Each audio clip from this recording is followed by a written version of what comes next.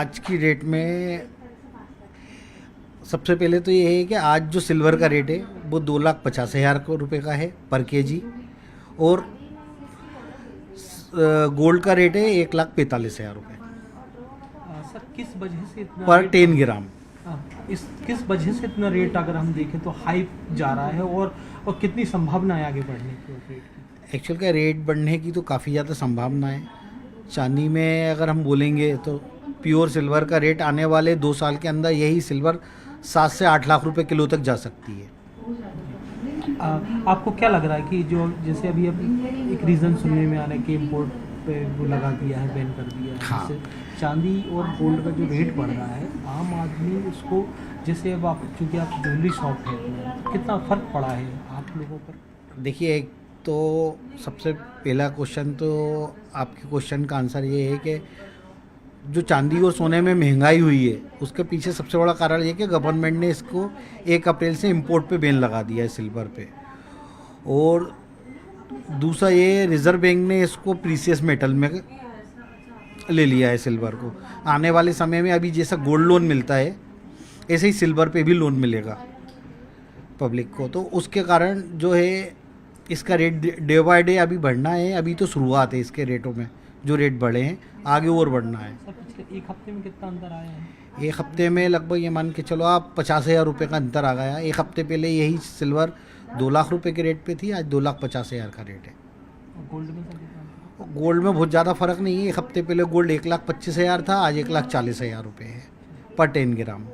Sir अभी शादी का सीज़न आने वाला है, आपको क्या लग रहा है शादी के सीज़न में और रेट आगे जाना है, और ग्राहकी पर कितना अंतर पड़ रहा है?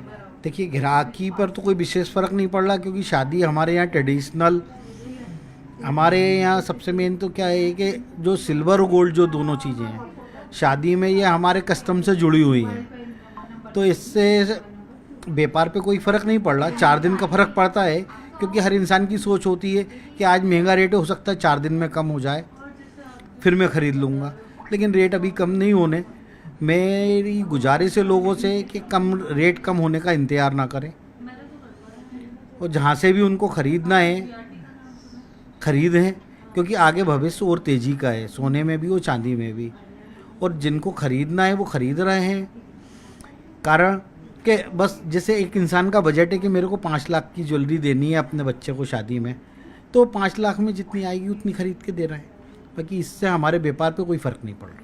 यस सर, एक चीज़ और नोटिस में आई है कि जैसे गोल्ड और सिल्वर का रेट बढ़ रहा है, कुछ लोग इसके अदर ऑप्शंस पे जा रहे हैं क्या, जैसे लाइक डायमंड हो? देखिए, डायमंड ज्वेलरी भी गोल्ड से जुड़ी हुई है, बस फ़र्क क्या है, डायमंड ज्वेलरी 14 कैरेट, 9 कैरेट और 18 कैरेट में बनती है, तो थोड़ा रेट में फ़र्क पड़ जाता है। बाकी गोल्ड में भी आज की डेट में है ना 22 कैरेट जो चल रहा है उसमें है ना एक 18 कैरेट का ऑप्शन आ गया है, तो 18 कैरेट के चक्कर में थोड़ा सा कस्टमर को एक ये बेनिफिट मिल जाता है कि रेट में थोड़ा सा उसको फ़ायदा हो जाता है कि रेट कम है, तो थोड़ा सा उसका वज़न बढ़ जाता है कि ठीक है 22 का नहीं तो 18 का ले लें हम। तो इस तरीके की ग्राहक भी आ रहे हैं कि जो पहले 22 कैरेट का पसंद करते थे अब वो 18, जी हाँ, 22 या 24 का करते थे वो 18 पसंद हाँ करेंगे। जी हाँ, अभी आज की डेट में काफ़ी कस्टमर ऐसे आ रहे हैं जो पहले 22 का लेते थे, वो अब कह रहे हैं कि हमें 18 का दे दो आप। तो क्योंकि हमारा बजट ही 5 लाख का है, 5 लाख में अगर हम 22 का लेंगे तो उससे ज़्यादा हमको 18 कैरेट में, मतलब क्वांटिटी वाइज 18 कैरेट में हमारे पास ज़्यादा गोल्ड आ जाएगा देने के लिए, चढ़ाने के लिए। मैं तो बस देखने आई थी, और मैंने बैंगलोर में शॉप किया था 1 साल पहले, so the rates were quite different उस टाइम पे।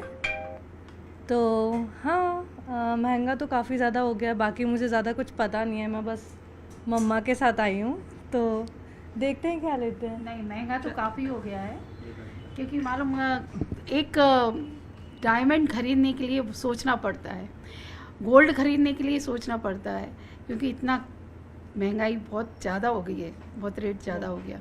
24 कैरेट की बजाय अब 18 कैरेट का पसंद कर रही है या फिर?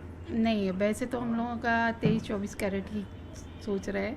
अब सोचना पड़ता है, पहले सोचना नहीं पड़ता था, लेकिन अब कोई भी चीज़ लेने में बहुत कुछ सोचना पड़ता है।